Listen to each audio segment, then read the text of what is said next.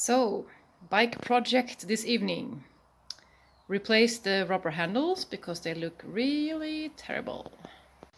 And I'll have a look at the routing of the different wires and cables because there is nothing on this side and they are all here on the other side. Oops, not possible to see now.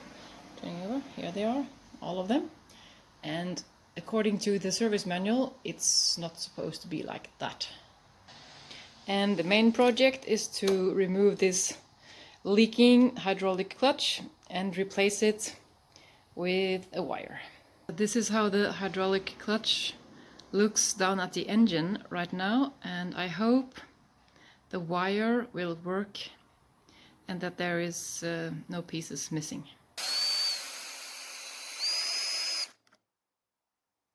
We're starting off with putting some lube in the new cable.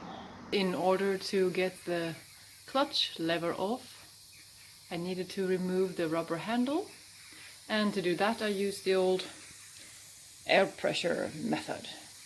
Very good.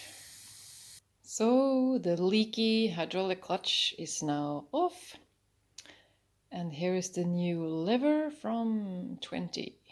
And even though this clutch lever is brand new, I'm putting some lube on it just to make sure this clutch will be as smooth as possible.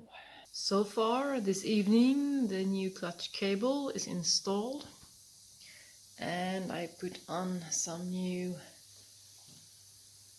handles, and here's the new clutch lever. I'm not 100% sure the adjustment is correct, so I'll continue tomorrow.